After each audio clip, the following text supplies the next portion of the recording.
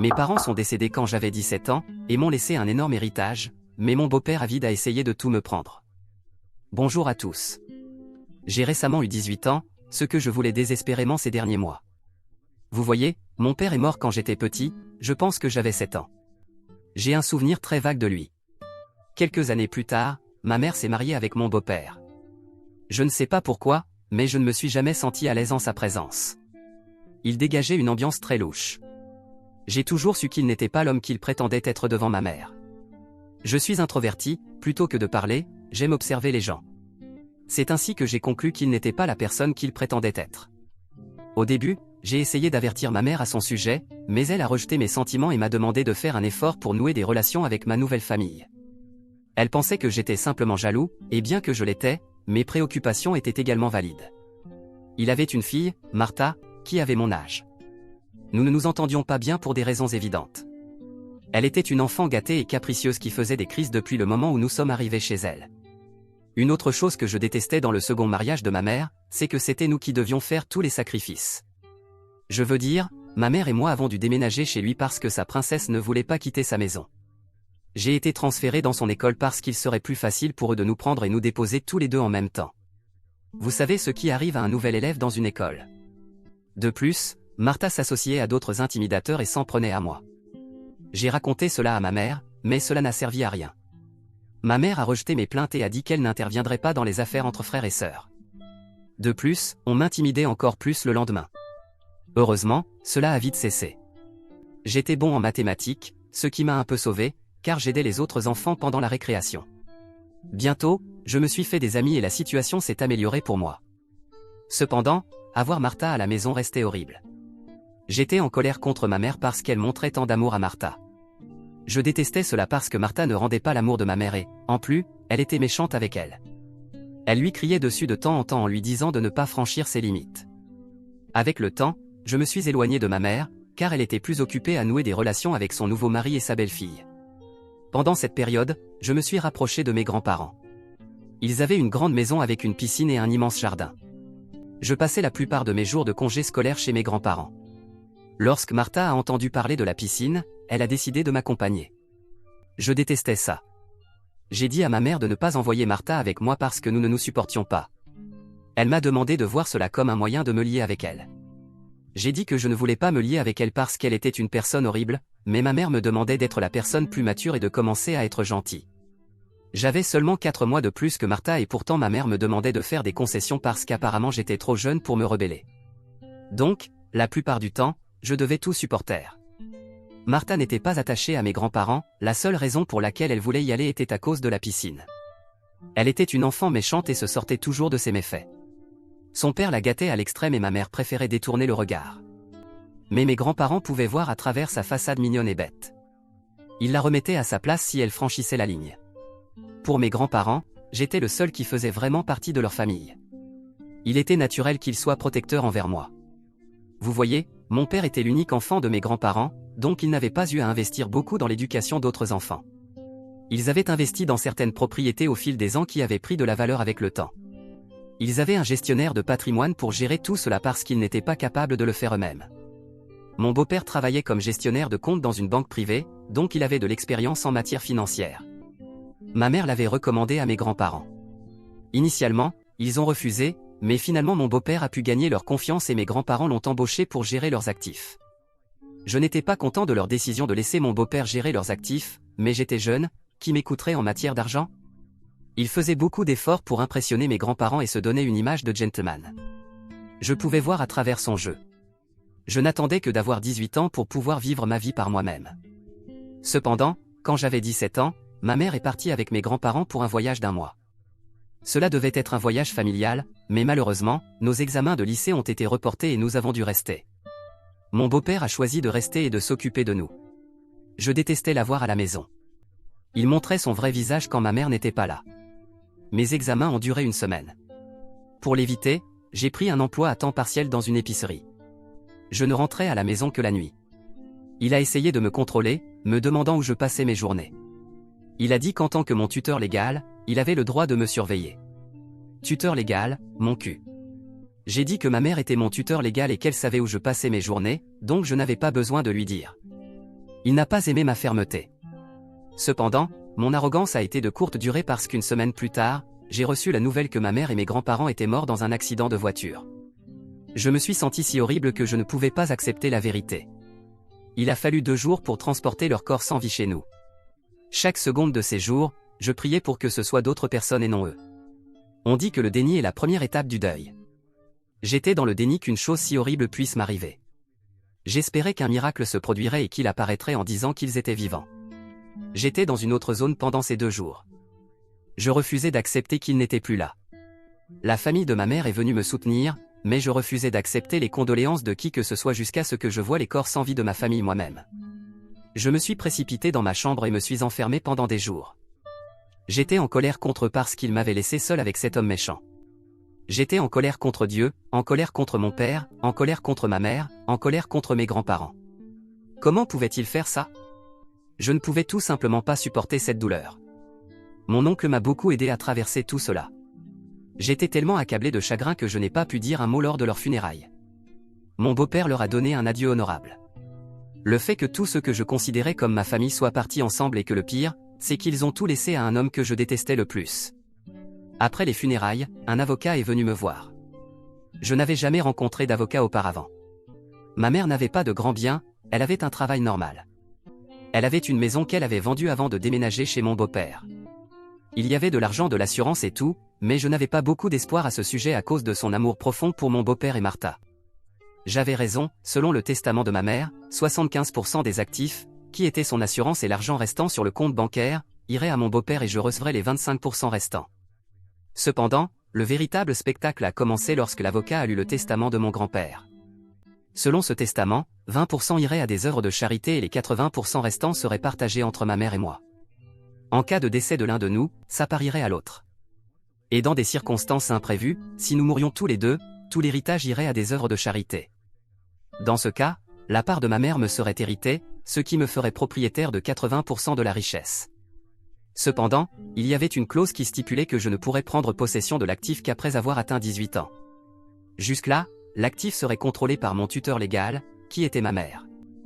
Maintenant que ma mère n'était plus là, mon tuteur légal serait mon beau-père, que je le veuille ou non. La responsabilité de prendre soin de la richesse de mes grands-parents a atténué ma douleur jusqu'à un certain point. De plus, j'ai dû faire face à l'avidité de mon beau-père, donc le chagrin est passé au second plan. Sans parler du fait que mon beau-père n'était pas content de me voir devenir millionnaire du jour au lendemain. Son comportement envers moi a complètement changé.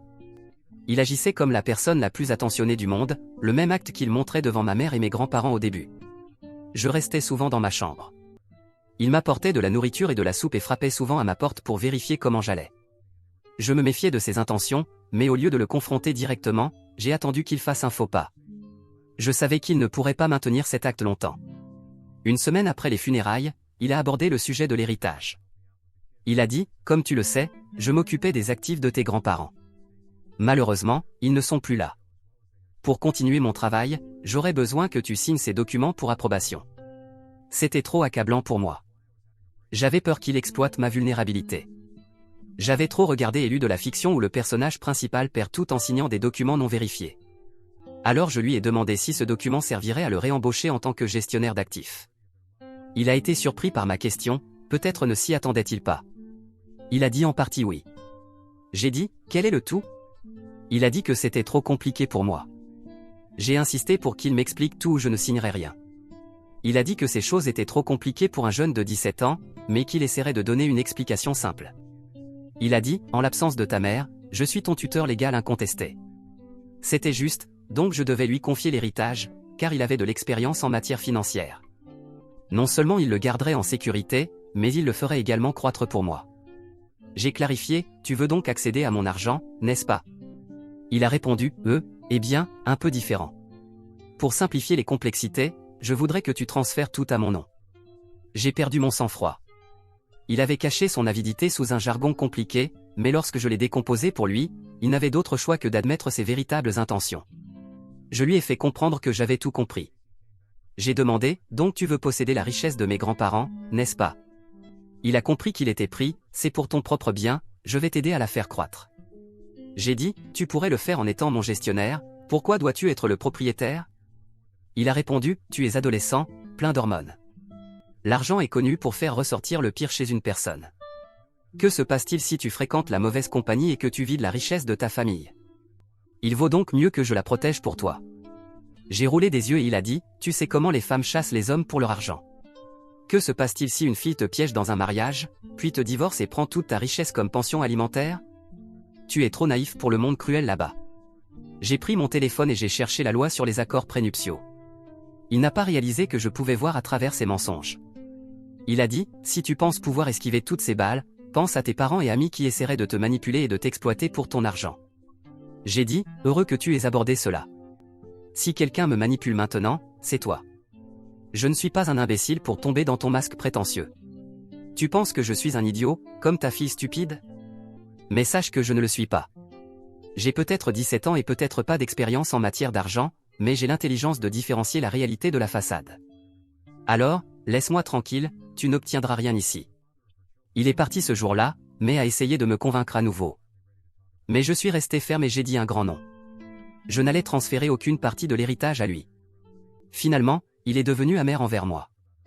Il a commencé à me rappeler les faveurs qu'il m'avait faites. Il a dit qu'il m'avait donné de la nourriture et un abri, avait épousé ma mère, m'avait donné son nom et m'avait aimé comme son fils. J'ai dit qu'il arrête ses conneries, c'était toujours non de ma part. Peu à peu, les manipulations se sont transformées en disputes et bientôt cela est devenu violent, où nous nous crions dessus. Un matin, cela est devenu si grave qu'il m'a poussé hors de la maison et m'a enfermé dehors. J'ai vu la terreur dans ses yeux ce jour-là. J'ai senti que j'étais à un pas d'être physiquement blessé. J'ai raconté cela à mon ami et il m'a mis en garde. Bien que mon beau-père ne gagnerait rien de ma mort, tout irait à des œuvres de charité, mais que se passerait-il s'il planifiait quelque chose de sale pour obtenir l'héritage? L'argent est capable de faire ressortir le pire chez les gens. Le lendemain, quand il n'était pas à la maison, je suis revenu, j'ai emballé mes affaires et je suis parti. J'ai donné mes appareils à mon ami en échange de me laisser vivre avec lui pendant 4 mois.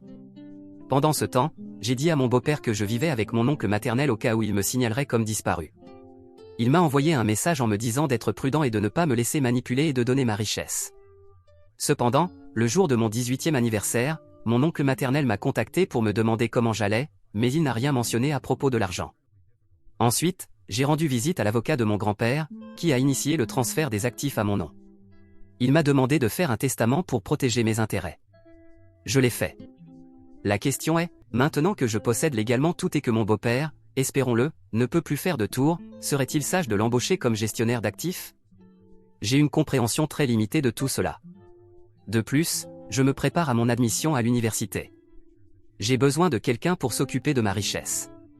Alors, au lieu d'embaucher quelqu'un d'inconnu, devrais-je parier sur mon beau-père? Mise à jour, désolé de ne pas avoir mis à jour cela plus tôt. J'étais très occupé à jongler avec de nombreuses responsabilités.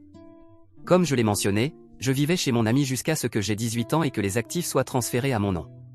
Mon avocat m'a recommandé un gestionnaire de patrimoine. J'ai emménagé chez mes grands-parents pendant un certain temps, mais la maison était trop grande pour moi, alors je l'ai louée et j'ai déménagé dans un appartement sécurisé. Mon beau-père était furieux quand je lui ai dit que je le renvoyais. Il avait géré tout cela jusqu'à présent. Il a essayé de me manipuler en disant que l'avocat avait une intention cachée derrière cette recommandation. J'ai néanmoins suivi mon instinct et embauché un professionnel. Puis j'ai découvert pourquoi mon beau-père insistait tant pour ne pas embaucher quelqu'un d'autre. Mon gestionnaire de compte a signalé des irrégularités dans la comptabilité. Il a évoqué la possibilité de blanchiment d'argent. Quand mon beau-père a réalisé qu'il serait découvert, il a intenté une action en justice pour annuler le testament afin de détourner l'attention. Son affaire n'avait aucun mérite. Il savait qu'il ne gagnerait pas, mais c'était fait uniquement pour détourner mon attention de l'affaire de blanchiment d'argent. Cependant, je n'ai pas perdu mon sang-froid et je l'ai poursuivi pour fraude. Une enquête neutre et approfondie a été ordonnée. L'ordinateur portable et les tablettes de mon beau-père ont été saisis. Son compte bancaire a été gelé et il a été interdit de quitter la ville jusqu'à ce que l'enquête soit terminée. Il s'est avéré que mon beau-père avait détourné des fonds des propriétés de mes grands-parents. Il a perdu les 2 procès. Sa demande d'annulation du testament a été rejetée dès le premier jour de l'audience. Pour l'affaire de blanchiment d'argent que j'avais déposée, il a fait de son mieux pour se défendre, mais il n'a pas pu. Ses activités douteuses n'étaient pas nouvelles. Il faisait cela depuis que mes grands-parents l'avaient embauché. Après leur décès, il pensait avoir les mains libres et avait détourné un total de 150 000 à travers tous les actifs. Cependant, quand il a réalisé que je n'étais pas facile à manipuler, il a essayé de combler les lacunes et de rendre un peu d'argent, mais c'était un trop grand fossé à combler. Le tribunal lui a ordonné de rembourser tout l'argent qu'il avait détourné. Il a été sévèrement condamné à payer une amende pour échanger sa peine de prison. Non seulement cela, il a été condamné à me payer les frais de justice. Tout ce qu'il avait reçu du testament de ma mère est parti pour payer l'amende et l'indemnisation. En fin de compte, il ne lui restait presque plus rien à part une énorme dette. Finalement, il a dû vendre sa maison pour payer les 150 000 qu'il avait détournés des propriétés de mon grand-père. Je faisais paraître tout cela si facile, mais croyez-moi, ça ne l'était pas. Quand je l'ai pressé avec l'affaire de blanchiment d'argent, j'ai dû faire face à beaucoup de difficultés de sa part. Il a essayé tous les trucs pour me faire abandonner, depuis me manipuler pour me faire penser que je n'étais pas capable de tout gérer seul et que j'avais besoin d'un tuteur, jusqu'à me culpabiliser en me disant que ma mère serait tellement blessée de savoir que j'avais poursuivi son mari. Il a tout fait. Il était tellement bon à ça. À un moment, j'ai vraiment commencé à me poser des questions sur ma capacité à tout gérer seul ou si j'avais besoin de quelqu'un avec moi. Si aucun de ces trucs ne fonctionnait, il essayait de me menacer. Pendant de nombreux jours, j'ai eu l'impression que quelqu'un me suivait. Je recevais des notes de menaces collées sur la vitre de ma voiture. Je ne pouvais rien faire parce qu'il n'y avait aucune preuve que c'était lui. Quand je l'ai confronté, il a ri méchamment et a dit que je devrais peut-être être sur mes gardes. Ce n'est pas nouveau que des gens soient tués pour de l'argent. C'est alors que j'ai quitté la maison de mes grands-parents et que j'ai emménagé dans un appartement. Je me sentais en insécurité dans une grande maison. Un appartement semblait beaucoup plus sûr. Non seulement lui, mais sa fille perdante est aussi venue derrière moi. Elle n'était pas aussi intelligente que son père, qui ne laissait aucune trace de ses menaces. Cette idiote est venue directement à ma porte. Elle m'a crié dessus parce que je les avais mis à la rue. J'ai dit, maintenant, tu comprendras ce que c'est de quitter ta maison. Tu te souviens comment tu te moquais de moi quand je pleurais parce que ma mère avait vendu notre maison. Le karma est une garce, tu sais. Elle m'a traité de tous les noms et je les lui ai rendus. Elle était tellement furieuse qu'elle a essayé de me frapper au visage. J'ai esquivé et lâché mon chien sur elle. Elle est partie avec des contusions et des blessures de la rencontre avec mon chien. Les chiens sont très fidèles, lol. Cependant, après que le tribunal ait statué en ma faveur, mon avocat m'a demandé d'obtenir une ordonnance restrictive contre eux en référence aux incidents qui m'arrivaient, messages de menaces, etc. J'ai réussi à obtenir une ordonnance restrictive temporaire pour 6 mois parce qu'ils n'ont pas de casier judiciaire et qu'il n'y avait aucune preuve, à part l'incident de Martha à ma porte. Cela fait presque 4 mois que tout cela est terminé. Je me suis inscrit à l'université. Au fait, j'étudie le droit. Je pense que je devrais connaître la loi pour gérer la richesse, alors, quoi de mieux que d'économiser les frais d'avocat ? Je prévois également de suivre un cours intensif sur les investissements et la finance pour comprendre ce que fait mon gestionnaire de compte. Maintenant, je n'ai pas d'autre choix que de lui faire aveuglément confiance. En résumé, la vie s'est améliorée. Merci à tous pour l'empathie et l'amour.